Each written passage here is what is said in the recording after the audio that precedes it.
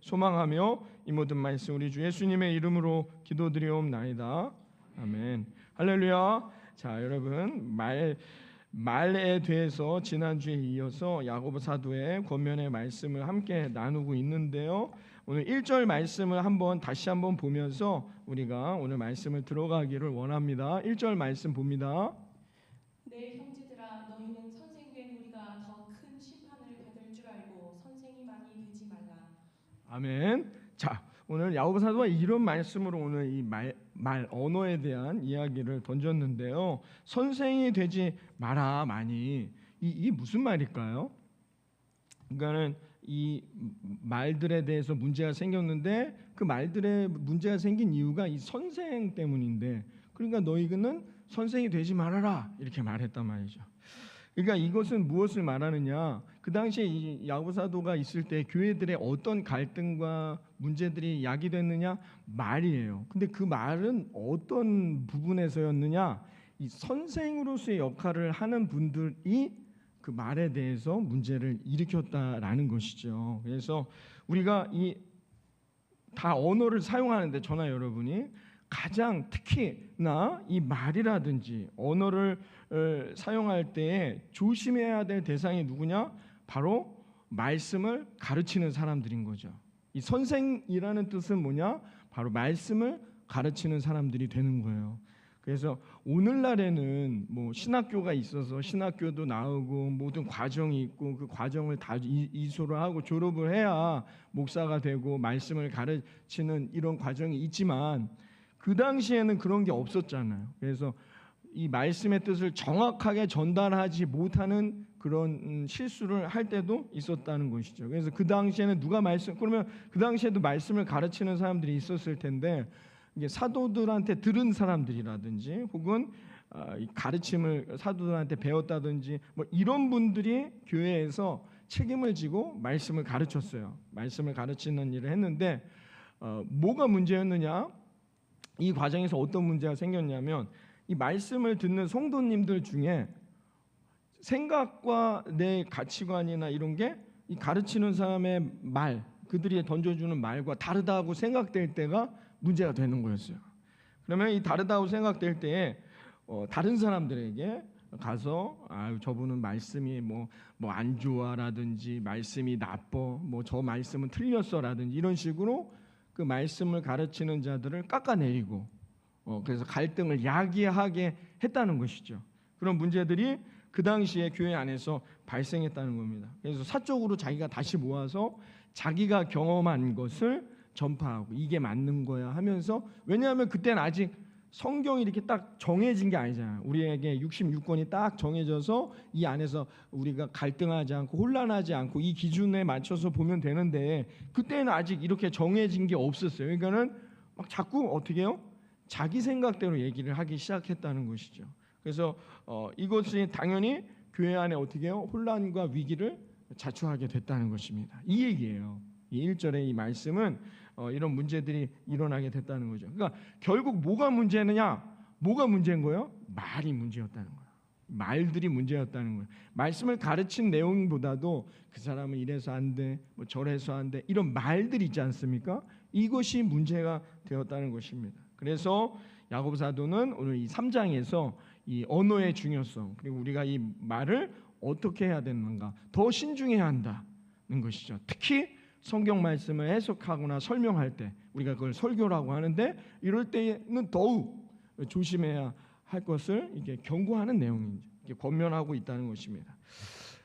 근데 이런 고민과 이런 문제는 야고보 사도 쪽에 있는 교회들만 있었던 것은 아니에요. 사도 바울 쪽에서도 마찬가지예요. 사도 바울도 개척을 하고 교회를 짓고 성도들이 함께 모여서 예배 신앙생활을 하는데 거기에서도 이런 문제들이 늘 일어날 수 있었다는 거야. 더군다나 뭐예요? 말씀을 가르치는 사람은 더욱 어떻게 해요? 신중하게 이 내용들, 지금 내가 이 하고 있는 내용이 내 생각인지 아니면 성경의 기준에 맞는 것인지를 분별하고 판단해서 전달해야 할 의무가 있단 말입니다. 그냥 뭐 자기가 은혜 받았다고 그 은혜 받은 것이 전부인 양 이야기하면 안 된다는 것이죠. 그런 훈련과 그런 교육이 필요하다라고 사도 바울도 생각을 했던 거죠. 그래서 후배인 디모데, 이제 자기를 이어서 말씀을 가르치고 교회에 가서 그런 사역을 해야 할 디모데에게 이런 권면을 합니다. 디모데후서 2장 15절에 보면 디모데후서 2장 15절에 이렇게 사도 바울이 권면합니다. 봅니다. 너는 진리의 말씀을 옳게 분별하며 부끄러울 것이 없는 일꾼으로 인정된 자로 자신을 하나님 앞에 드리기를 힘쓰라. 아멘. 디모데에게 던져주는 사역자로서, 목회자로서 어떤 목회자가 되길 권면하는데 뭐래요? 말씀을 옳게 분별하라는 거예요. 아, 목사님, 이 옳게 분별하려면 이게 쉽지 않을 것 같은데요. 이게 뭐가 맞는지 틀리는지 정답이 뭔지를 판단하는 거라고 생각할 수 있어요. 이렇게 번역을 해놓으니까. 그렇죠? 옳게 분별하다라는 게 어떤 의미인지. 그래서 제가 지금 새벽에 우리 권사님들하고, 그렇죠? 이 언어, 그 단어는 그 나라의 역사와 시대와 문화를 다 반영하고 있어요. 그렇죠? 그런 것들을 우리가, 그러니까 이 히브리인들의 개념, 생각, 이 언어 안에 다 들어있단 말이에요. 그걸 우리가 깨닫는 것이 중요하다. 성경을 이해하려면 바르게 그런 말씀을 새벽에 우리가 지금 살펴보고 있는데, 이 내용도 마찬가지예요. 옳게 분별한다는 게 무슨 의미일까요? 옳게 분별한다는 뜻이 이 원어의 의미는 뭐냐면 바르게 자라난다라는 단어예요. 이 단어의 의미가, 옳게 분별한다는 단어가 바르게 자라난다. 이건 또 뭐지? 이렇게 바르게 자라난다는 게 뭘까요? 식물이 바르게 자라나려면 어떻게 해요? 곧게 이렇게 쭉 올라가야 바르게 자라난다고 우리가 표현하잖아요. 가다가 막 삐뚤어지고 꺾이면 우리가 바르게 잘 자라고 있다라고 말하진 않는다는 것이죠. 그렇죠?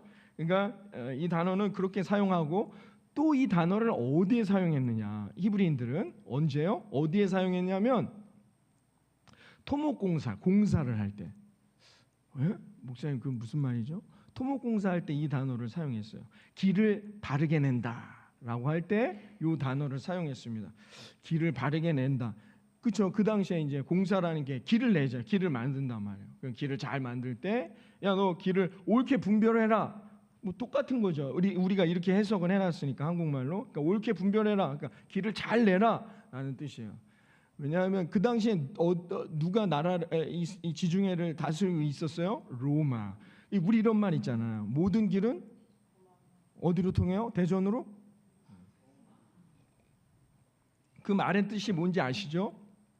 그 당시에 로마인들이 왜 세계를, 그러니까 뭐 지중해를 지배할 수 있었느냐? 군대도 많았지만 이들은 어느 나라를 쳐들어갈 때 길을 내요. 먼저 길을 쫙 내는 거예요. 그래야 군인들이 어떻게 해요? 빠르게 이동할 수 있는 거죠. 그러니까 이 공사를 먼저 진행합니다. 그러니까 길을 잘 내야 되는 거예요. 길을 바르게 내야 되는 거예요. 길을 옳게 분별해야 되는 거예요.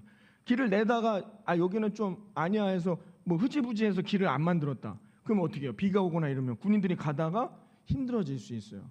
그 다음에 거기서 막 전진을 못하다 보면 어떻게 해요? 매복해 있던 적군들에게 죽임당할 수도 있어요. 그러니까 길을 바르게 내라는 이 표현 안에는 뭐냐? 이 중요한 거예요. 왜? 목숨이 달려있기 때문에. 군인들이 갈 때 어떻게 해요? 길이 잘 나 있어야 안 다치고 빠르게 지나갈 수 있는데 길이 없어요. 막 흙구덩이에 있으면 막 끌고 가려면 힘들잖아요. 마차 같은 것도. 그러다 보면 매복해 있다가 공격 당할 수 있다는 것이죠. 그러니까 바울은 그 개념을 가져와서 이 단어를 쓴 거예요. 진리의 말씀을 어떻게 해요? 잘 전달하지 않으면 어떻게 해요? 우리 성도들은 영적으로 죽을 수 있다는 거예요. 이 얘기인 거죠. 그러니까는 그만큼 진리의 말씀을 뭐로 전해요? 몸짓으로? 아니잖아요. 말로. 말이 중요한 거라는 거죠. 그러니까 어떤 언어와 어떤 단어와 어떤 문장과 어떤 내용을 선택할 것인가 잘 분별하라는 거예요. 디모데에게. 왜? 너의 그 말이 살릴 수도 있고 죽일 수도 있다는 거예요. 이 옳게 분별하라는 뜻. 그래서 길을 잘 내는 그 역할을 너가 해야 그 길이 천국으로 잘 나야 그 뒤로 오는 성도들이 그 길을 따라 쫙 나아갈 수 있다는 그런 맥락인 거죠. 이제 우리는 이게 잘 이해가 안 되지만 그 당시에 사람들은 이 문장을 읽을 때 아하, 이런 메시지구나. 이게 딱 와닿는단 말이에요. 그림이 싹 그려진다는 거죠. 그렇기 때문에 그만큼 언어는 중요한 것이다라고 권면하고 있는 것입니다. 영적으로도 중요하기 때문이죠. 우리가 말을 실수할 때 흔히 언제 합니까? 말을 내가 실수할 수 있지 않습니까? 근데 언제요? 이렇게 처음 보거나 낯선 사람들 만났을 때 많이 실수할까요? 아니겠죠. 더 긴장하고 조심하죠. 익숙한 사람들, 가정에서는 뭐 아내나 남편 얼마나 오래 봤습니까? 익숙한 사람들한테 오히려 더 많이 말을 실수하죠. 우리가 힘들고 어려울 때 말 실수할까요? 긴장해 있으면 그렇지 않아요. 내 삶이 편안하고 아무 생각이 없을 때, 그럴 때 우리가 말을 실수할 확률이 커지게 된다는 것입니다. 이럴 때 우리가 말 실수를 하는 거예요. 교회 안에서도 마찬가지입니다. 우리가 몇 년째 보고 있습니까? 어제 처음 보셨나요? 아니에요. 그래서 실수하게 되는 거예요. 익숙하고 오래 보아왔기 때문에. 그래서 실수하는 경우들이 많아진다는 것입니다. 그러므로 우리는 늘 마치 오늘 처음 뵈는 것처럼 낯선 마음으로 우리가 만나고 인사하고 해야 한다는 것이죠. 출애굽 시기에 보면 정탐꾼, 이제 가나안 땅을 정탐하러 12명을 보내죠. 12명을 보낼 때 이렇게 말한, 갈렙과 여호수아는 이렇게 말했어요. 민수기 13장 30절에 보세요. 보고 와서 보고를 해요. 어땠느냐 했더니 이렇게 보고합니다. 봅니다. 갈렙이 모세 앞에서 백성을 조용하게 하고 이르되 우리가 곧 올라가서 그 땅을 취하자 능히 이기리라 하나. 아멘. 여러분, 뭐라고 말씀하고 있어요? 이건 우리가 들어가면 100% 이겨. 왜? 하나님이 계획하신 것이기 때문에, 하나님이 우리에게 주신다고 했으니까 하나님의 약속 믿고 가자는 거예요. 그럼 우리가 이긴다는 거예요. 이게 갈렙의 말입니다. 갈렙은 어떤 말을 들어왔기 때문에, 하나님이 모세에게 전달되었던 그 말씀을 들었어요. 모세를 통해 모세의 입술로 갈렙과 여호수아는 그 말씀을 들어서 그 말씀을 마음에 새겼단 말이에요. 갈렙이 뭐라고 얘기하냐? 가자. 우리가 이길 수 있다라고 하니까. 그러니까 나머지 10명이 뭐라고 하느냐 봅니다. 32절과 33절에 나머지 10명이 이렇게 얘기해요.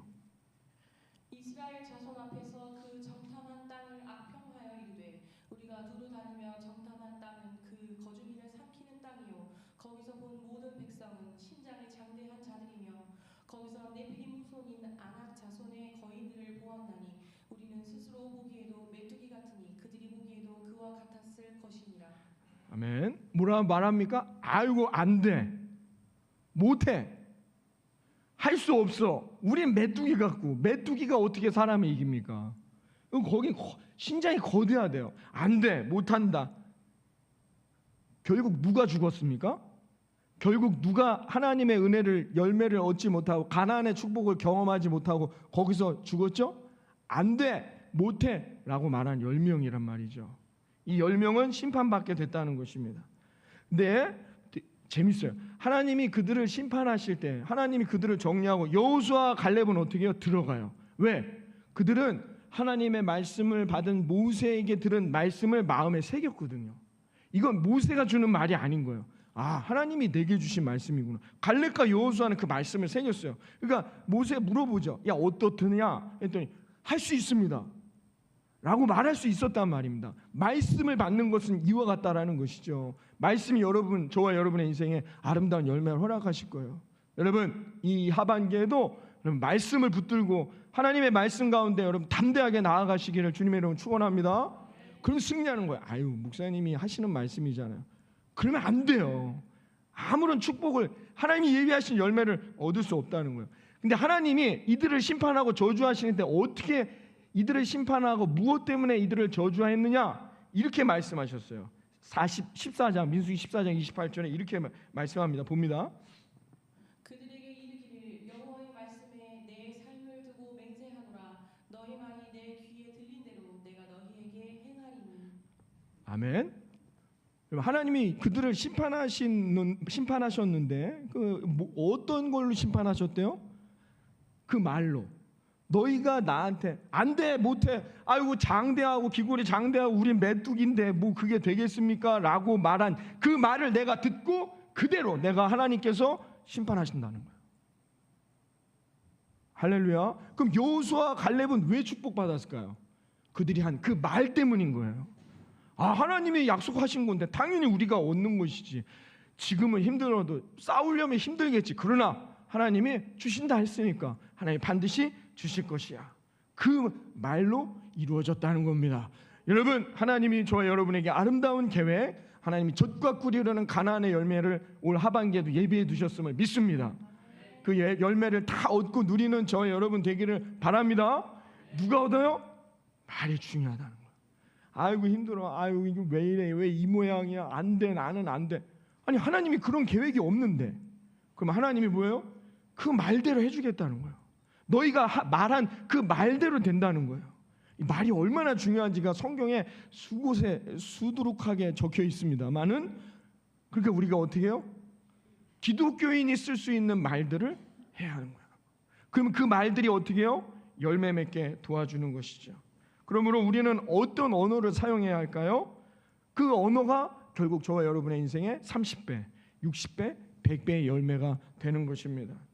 그럼 어떤 언어를 사용할까요? 감사합니다.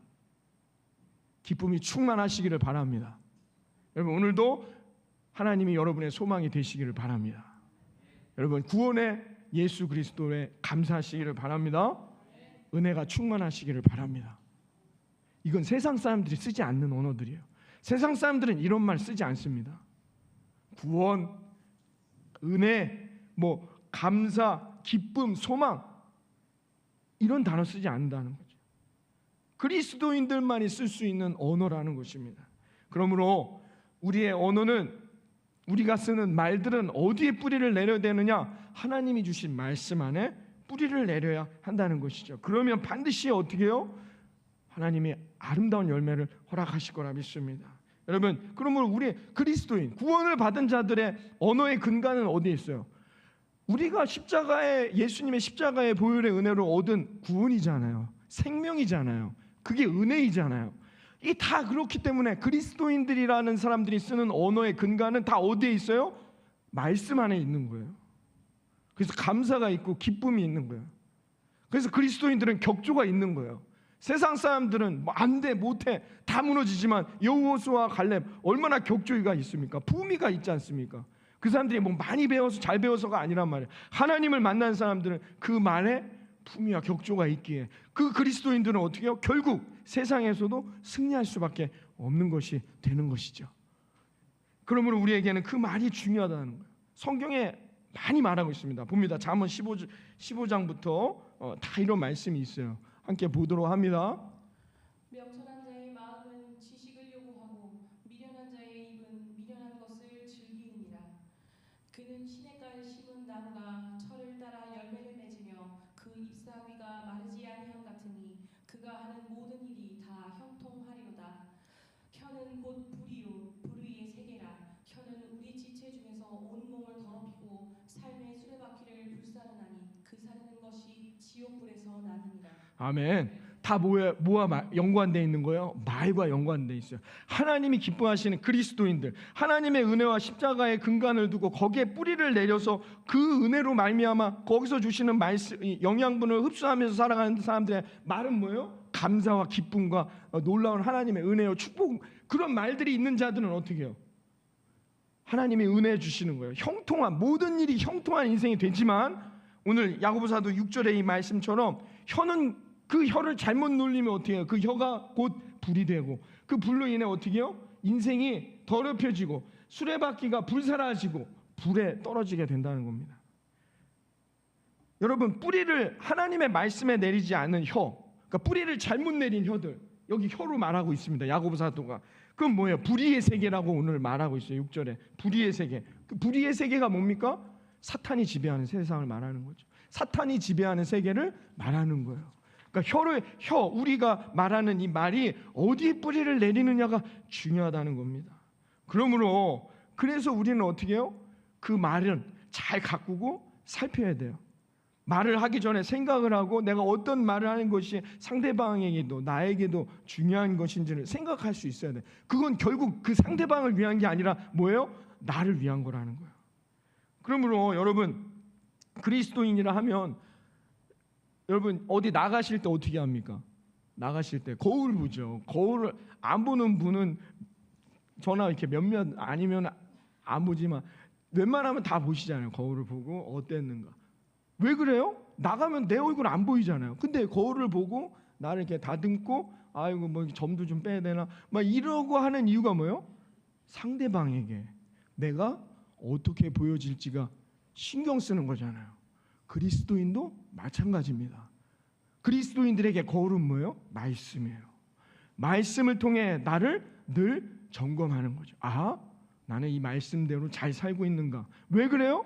그러면 세상에 나아가 세상 사람들에게 내가 어떻게 보여질지가 결정되는 거예요. 그래서 말이 중요하다는 겁니다. 그래서 우리는 늘 실수할 수 있습니다. 말을 실수할 수 있지만 수정하고 고치고 살피고 그래서 늘 우리에게 있는 이 말씀을 통해 내 자신을 점검하면 되는 거예요. 그래서 수정하고 나를 가꾸는 겁니다. 그래서 내가 쓰는 언어들을 하나님이 기뻐하시는 언어들로 사용하게 될 때 뭐예요? 뿌리를 하나님께 내렸기에 아름다운 열매를 누가 거둬요? 내가 거두게 될 거라 믿습니다. 여러분 조금 힘들더라도 아유 힘들어 난 못해 안 돼 하지 마시길 바랍니다. 할 수 있다. 우리 윤정섭 군대 가는데 왜 요즘에도 행군을 하는지 모르겠네요. 행군을 했습니다. 행군을 거의 저희가 평발이거든요. 제가 만약에 뭐 구두를 신고 하루 종일 이제 뭐 교회에서 왔다 갔다 하면 저녁 때 막 발바닥이 막 통증이 너무 심할 정도로 평발입니다. 행군을 하는데 진짜 한 죽을 것 같아요. 중간쯤 지나니까 막. 근데 막 진짜 나고자가 막 생겼어요. 근데 제가 제 옆에 있는 친구도 이제 못하겠다고 막 쓰러지겠다고 하는데 제가 붙들고 걔 배낭까지 내가 매주고 끝까지 가자. 이를 악물고 갔던 기억이 있습니다. 고생 그 다음에 들어와서 엄청 고생했지만 언어를 어떤 언어를 쓰느냐. 아유 왜 맨날 이런 것만 시켜 하지 말고 아 지금밖에 할 수 없구나. 내가 어떤 말을 하냐 하나님이 듣고 계시단 말입니다. 제가 병장 때인데 막 뭐 이런 거 막 칠하고 막 왔다 갔다 할 때였습니다. 군대에 있을 때 너무 힘들잖아요. 병장쯤 되면 군대에서 병장을 아무것도 안 하는데 내가 이거 왜 하고 있지 하면서 막 불만이 막 올라오는데 그 순간에 제가 든 생각은 뭐였느냐. 이거 이제 지나면 못 와. 이제 얼마 안 남았어. 다시 하고 싶어도 내 인생에서 다시 올 수 없는 인생의 경험이지. 그러니까 막 세상 이제 하늘이 나한테 찬양하는 것 같은 거예요. 너무 기쁜 거예요. 그 순간이. 그 순간에 그런 마음이 들으니까 똑같은 상황. 그 전까지 막 욕이 여기까지 오고 내가 이거 왜 해야 되나 하는데 그 순간에 내 마음에 하나님께서 그런 말. 이건 오늘 끝나면 안 돼. 보세요. 가고 그 젊을 때를 가고 싶어도 못 간단 말입니다. 그 순간이었다는 거죠. 말이 중요한 거예요. 그리스도인들이라는 것은 그 말로 인해 우리의 삶에 하나님께서 놀라운 영혼 은혜를 허락하시게 된다는 거죠. 우리의 인생이 파괴될 것이냐, 우리의 인생에 아름다운 열매를 얻고 승리할 것이냐는 뭐에 달렸다? 내가 던지는 말에 달려있다라는 것입니다. 아브라함이 그 자기 집에 우루 땅에 있으면 될 걸 거기 나왔단 말입니다. 그렇죠? 갈대아 우루를 나왔는데 갈대아 우루가 요즘으로 따지면 어느 정도의 도시였냐면 여러분 뉴욕 가보셨나요? 뉴욕에 가면 춥대요. 빌딩이 너무 높아갖고 해를 볼 수가 없답니다. 그래서 춥답니다. 그렇게 빌딩이 높으니까. 제가 한 몇 년 전인가 강남에 간 적이 있는데요. 강남 한복판에 갔는데 그런 느낌을 받았거든요. 그래서 제가 그 강남의 건물이 막 빌딩이 뉴욕이 비할 바가 아니라더라고요. 뉴욕은 정말 그래서 여름에도 춥대요. 잘 이해가 안 되니 봐야지 알지 뭘. 갈대아 우루가 그런 동네입니다. 요즘으로 따지면 그런 도시란 말이에요. 거기서 잘 사는 아브라함이 떠난 거예요. 사막으로. 아무것도 없는 거. 가능합니까? 하나님 말씀 하나 붙들고 하나님이 내가 너를 축복하겠다. 그 말씀 하나 붙들고 나왔는데 얼마나 많은 고생들을 합니까? 별의별 고생을 다 했죠. 그리고 어떻게 해요? 자기 욕심으로 이스마엘도 나오고 그러니까 막 싸우고 가정에도 문제가 있지 외부로는 자꾸 공격해오지 이런 문제가 많았어요. 근데 이 문제가 다 해결된 다음에 하나님 앞에 예배드릴 때 아브라함이 무슨 말을 하느냐 어떤 언어를 사용했느냐 그래서 아브라함은 복받은 거예요. 창세기 21장에 나와 있어요. 창세기 21장에 왜 아브라함은 승리했는가? 성경에 나와 있는 인생들, 승리한 인생들을 잘 보면 그들이 쓰는 언어는 달라요. 창세기 21장 33절과 4절에 나옵니다. 아브라함은 브엘세바에 에셀 나무를 심고 거기서 영원하신 하나님의 이름 여호와의 이름을 불렀으며 그가 블레셋 사람의 땅에서 여러 아멘. 자, 아브라함이요, 이 수많은 시련을 한번 걷어냈어요. 다 모든 게 평안해졌을 때 하나님 앞에 예배 드리는데 거기에 무슨 나무를 심었대요? 에셀나무. 처음 들어보시죠? 상수리 나무, 뭐 포도나무, 무화과 나무는 많이 들어봤는데 거기에 흔한 나무가 그런 나무들이에요. 이스라엘 땅에는 뭐 상수리 나무니 무화과 나무 이런 거 우리 많이 들어봤잖아요. 에셀나무는요? 목사님 저건 뭐죠? 오늘 처음 들어보는데요. 에셀나무는 왜 아브라함의 말씀에 이 에셀나무를 아브라함이 심었을까? 자기의 인생을 이렇게 살겠다는 거예요. 앞으로도 하나님이 지금까지 인도하신 내가 이렇게 살았으니까 하나님이 나를 축복하셨구나. 그럼 나는 앞으로도 이렇게 살겠노라고 하나님 앞에 지금 약속하고 있는 거예요. 근데 그 약속을 할 때 뭘 증거로 세웠느냐? 에셀나무를 심었다는 거예요. 에셀나무의 특징이 뭐냐? 뿌리를 30m까지 내린답니다. 워낙 건조한 그 땅에 살아가는 나무이기 때문에 살기 위해서 뿌리를 여러분 30m까지 지하로, 거기서 그 30m까지 3m가 아니고 30m까지 내리는 거예요. 안 놀라시네. 난 이거 찾아볼 때 엄청 놀랐는데 30m까지 그래서 지하수를 찾는 거예요. 워낙 더우니까 지하수가 밑에 흐를 거 아닙니까? 그러니까 에셀나무는 뿌리를 그 밑에까지 내려가야 돼요. 그래야 자기가 사는 거예요. 30m까지. 안 놀래. 난 놀랄 줄 알아. 거기서 지하수를 흡수하는 겁니다. 이게 뭘 의미하겠습니까? 아브라함이 뭘 얘기하고자 하는 거예요? 우리가 하나님 말씀 앞에 뿌리를 깊숙이 내려야 돼요.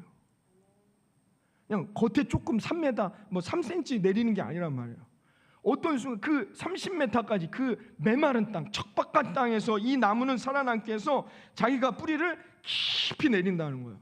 그러면 열매를 얻는다는 거죠. 나도 아브라함의 고백, 나도 하나님 앞에 말씀에 뿌리를 깊이 내리겠나이다. 그러니 내 앞으로 남은 인생에 하나님 내게 30배, 60배, 100배의 열매를 허락하여 주옵소서. 이게 아브라함의 고백이라는 뜻입니다. 에셀나무라는 뜻은 히브리 원어에 보면 하나님과의 약속된 말씀이라는 뜻이 있어요. 그 의미 안에. 그러니까 이건 그냥 나무를 상징하는 거라기보단 뭘 의미하는 거예요? 내가 하나님과의 약속된 말씀, 우리에게 뭐예요? 성경. 내가 성경에 뿌리를 깊이 내리겠나이다. 앞으로 내가 어떤 인생이 내 인생에 펼쳐질지 모르나 어떤 순간에도 하나님 내가 이 말씀 앞에 흔들리지 않겠나이다. 이게 아브라함의 고백이란 말입니다. 그 다음에 여러분 22장으로 넘어가면 어떤 일? 이삭을 바치라는 얘기가 나와요. 아브라함은 흔들리지 않아요. 왜? 이미 하나님 앞에 이 믿음의 고백을 했기 때문이죠. 말씀을 깊이 내가 하나님 앞에 내리겠나이다. 그러니까 어떤 시련이 와도 어떤 고민이 와도 내가 이겨내겠나이다. 이게 바로 아브라함의 고백이었단 말이야. 그래서 아브라함은 어떻게 해요? 놀라운 열매, 갑절의 은혜 열매, 지금도 우리가 이렇게 언급하는 인생으로 축복을 누리게 되었음을 믿으시기를 바라겠습니다. 여러분 우리가 이런 인생이 되어야 한다는 것입니다.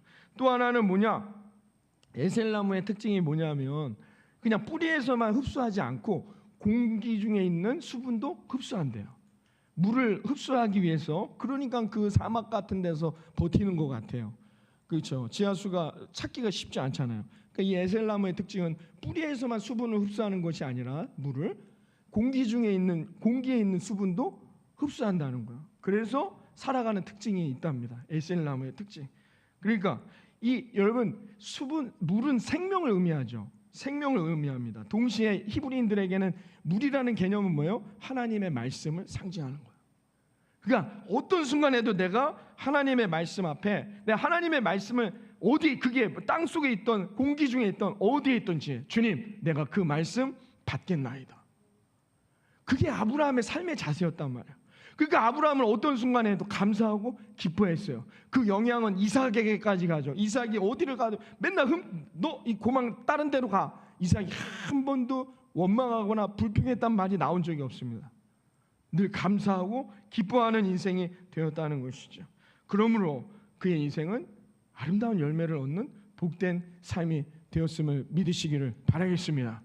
오늘부터 여러분 부흥회가 있습니다. 아유 뭐 이거 또 하네 이런 거 그런 말 쓰지 마시고 이게 뭐 하나님의 계획이신가? 하나님이 이제 시작하는 이 하반기 23년 하나님이 나에게 주시고자 어떤 계획이 있는가?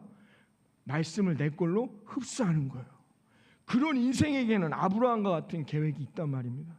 아름다운 열매를 얻을 수 있다는 거예요. 나 좀 바쁜데, 좀 힘든데, 어려운데, 화요일 날은 성가대 가니까 그때만 가야지. 이런 마음을 갖지 마시고, 이건 나에게 하나님이 내게 주시고자 하는 놀라운 계획인가 보다. 그런 마음으로 참여, 그러면서 말씀을 내 것으로 흡수하는 인생에게 아름다운 하나님의 열매가 맺어지게 될 거라 믿습니다. 이 소망을 갖고 나아가야 된다는 거예요. 그러면 절대로 무너지지 않는 거예요. 그러나 말의 뿌리를 세상에 내리는 인생은 망해요. 부서져요. 파괴된단 말입니다. 이게 오늘 야고보 사도가 우리에게 말해주고 있는 메시지인 거예요. 여러분들도 어제 기사를 보셨겠지만 우리 지역에서 정말 가슴 아픈 일이 있었습니다만은 결국은 말 때문인 거예요. 그 말이 서로 결국은 모두를 파괴하고 있는 겁니다.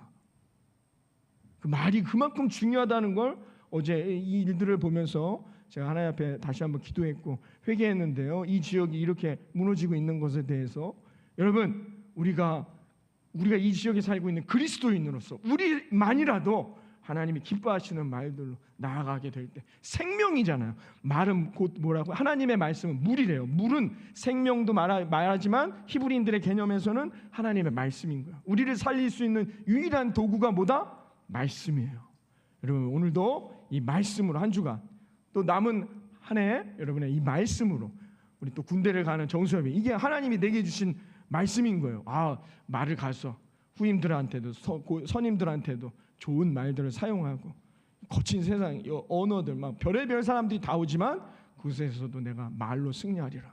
하나님 할 수 있습니다. 라고 내게 주시는 말씀일지도 모르잖아요. 하필이면 오늘 여기 이 말씀이 정해져 있기 때문에 여러분도 마찬가지. 다른 우리 모든 성도님들 이게 오늘 나에게 주시는 아름다운 하나님의 말씀임을 믿고 여러분 내 것으로 받아들여 이 하반기에 우리 모처럼 우리 모든 성도님들의 가정과 일터에 하나님이 예비하신 아름다운 열매가 30배, 60배, 100배로 맺어지는 복된 여정이 되시기를 이 아침 주님의 이름으로 축원합니다.